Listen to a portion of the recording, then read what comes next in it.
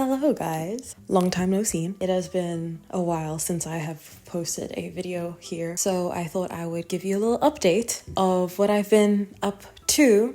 Before we get started, you are probably going to hear a lot of noise coming from above my head. There is some work going on in this house. Bear with me. Sup howdy, welcome to my YouTube channel. I'm Rumbo, yay! And for those who don't know me already, I'm an artist and I make videos just about that. So if that interests you, you might want to stick around and hit the subscribe button down below. I have been traveling. I have been in the States for over a month now, visiting family here and doing a bunch of really fun stuff. And part of that is that yours truly is out of her creative block. Can we please have a round of applause?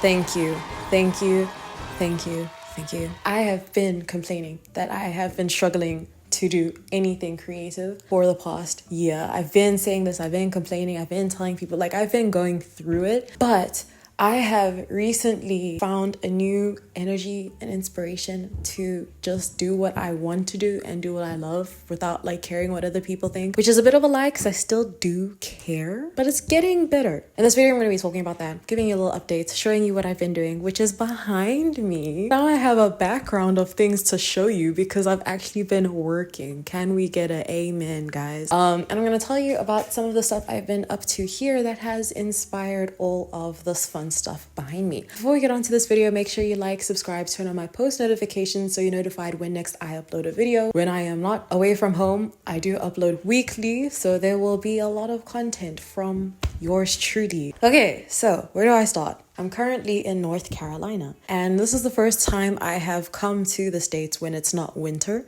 I've actually seen a lot of greenness while I've been traveling here, which has been the best thing ever. There is one video series that I was trying to do, well, I am doing, talking about finding my inspiration, finding my voice in art after university, after art school. I up above to that playlist so you can watch it. In that video, I talk about how now I am tapping into a side of my personality that I've really kept to myself for the longest of times, but now I think that I'd like to explore more with my art because I can and it makes me feel happy, and that is nature. Being a nature girly. Oh, I don't like that. I have been doing a lot of hiking and stuff this year, last year. Even the photos I've been taking and like, I don't know, most of my personality trait has just become one person who really likes being outside. So coming to North Carolina, being here in the summer has been really phenomenal because it is literally, it's just trees. I'm not complaining because they have a lot of state parks and hiking trails that I have been abusing while I've been here. And it has been so fun, like so fun. I have a lot of pictures. You can follow me on Instagram if you want to see what I've been up to on these trails, by the way. Shameless promo over here. Thank you. I have been heavily inspired by traveling here with the scenery. I've been taking pictures and I've been using those pictures to make my art, but also just like being right smack dab in the middle of a forest it's giving. A little bit back onto inspiration being nature. I have always been obsessed with trees. Actually, there was a time in high school in one of my first Instagrams before I deleted it. It's actually embarrassing now that I think about it. My Instagram account name was Tree Girl. Word tree was, I used Google Translate to translate it into the Greek word for tree. Is it a correct translation? I don't know. I didn't even see or ask. I don't even know why I put it in Greek. When we were younger and visiting family in Malawi, driving to and fro, we'd be passing through like forests and stuff, and that would be my favorite part of the trip, just seeing like thick forests and like tall trees. I've always been drawn to it, but I've never really drawn from it to use it in my art. That was a bit poetic, don't you think? Part of it was because I have always been terrified to do landscape or anything that was not figurative in the sense of like having people. I'm so used to having my art being centered around a person or something that I'm drawing that landscape used to terrify the living daylights out of me. It's landscape and it's color. I was so afraid of color. I sucked at color, honestly. It would always be muddy. It would always be like, just not the greatest, objectively. With those two, it's obvious why I always avoided it. So I just preferred to appreciate nature from afar, let it be its own thing, and not ruin it with my rendition of trying to like replicate what I see onto paper, because it'll just make me disappointed, because I know it will be like not doing the scenery the justice it needs. So that's how I was before. But then in my creative block, I felt or put a lot of pressure on myself to make something that other people would like, something that would be impressive, something that would be great in contemporary art, specifically conceptually sound. All of these criterias, I like wanted to find something that current galleries would eat up. And I stopped creating for 12 months. Obviously, that wasn't the way to go. Through that, I realized that I might have to do a 180 and just do something that I will enjoy without thinking about whether this is the most forward-thinking, conceptually unique piece that I could make. Through doing a lot of soul-searching, I wouldn't even call it soul-searching, just like doing a bunch of stuff outside of art, I realized, you know what? This is what makes me happy right now, and if I am painting it and working with it, it's just gonna be like a whole happy fun time, especially if I am not being concerned about like how it's gonna be perceived. That's how I came to the conclusion of taking my focus to nature. One of the concerns though is the fact that it is a very traditional side of art, very European traditional. Landscape paintings and stuff like that have a very specific point in history, or like in European history, European art history. Not saying that other cultures around the world didn't do it. There are a plethora of very interesting eras involved with landscape art. Just saying like European specifically because what I have drawn from, which I'll talk about next, is impressionism, which started in Italy. I said that very confidently, but I actually don't. Paris. Sorry, it wasn't Italy, it was France. That's what concerned me, because the art school I went to was very decolonialist, outside of normal traditional art conventions. So to go from 4 years of that into impressionist painting. If I were to choose a favorite painter, my favorite European artist from like long ago is Monet and Renoir. Been a huge fan of their paintings, especially because of their renditions of nature and gardens and all of that type of stuff. The style in which they paint, I've always been obsessed. I'm actually gonna go and see if I can get a Monet book before I leave here, because I really want it for inspiration. Impressionism, how it's done, suits my creative style and my personality. Besides painting, I really love doing charcoal drawing. The reason why in the beginning I chose charcoal is because I hate refined pencil drawings. They look beautiful. Doing them makes me want to gouge my eyes out. I'm just very impatient. I just love that with charcoal that I can be messy, I can be fast. Emphasis on fast. I like being fast. I like just like being all over the place, but like controlled, not having to be so perfect with it. With impressionism, it is not so much on exactitude, but it's like the way in which you're doing the brushstrokes. It's a lot more immediate. It's a lot more fast and like fast paced and in the moment, because you're just trying to like get down the basic things that make that scene the scene it is. Yeah. It is recording, but I will cut it before you get... Sorry, carry on. Oh no, don't stress.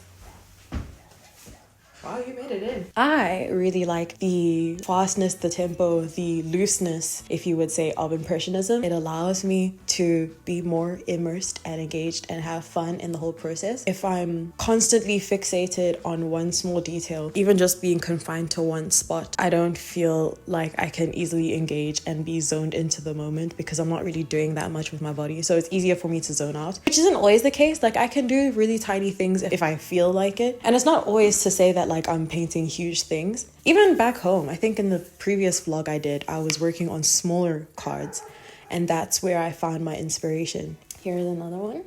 This is one I did of a picture I took when I was chilling on a mountainside, eating a nectarine, reading a book.